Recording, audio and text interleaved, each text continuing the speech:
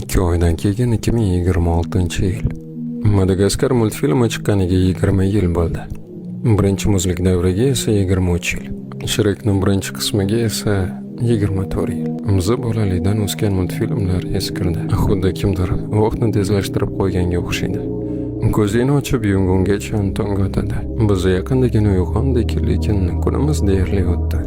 Dunyo juda ham tez o'zgarib o'tdi. Lekin biz hali orqaga qarashga ham ulgurmadik.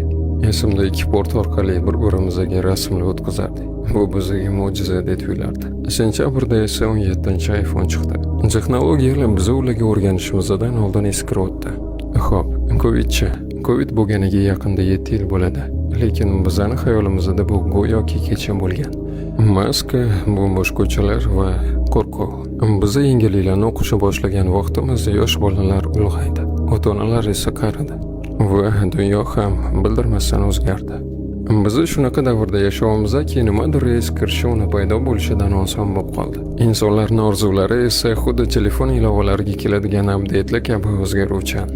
Vaqt esa u go'yoki ko'p, lekin u hech nimaga yetmaydi. Menimcha aynan shu.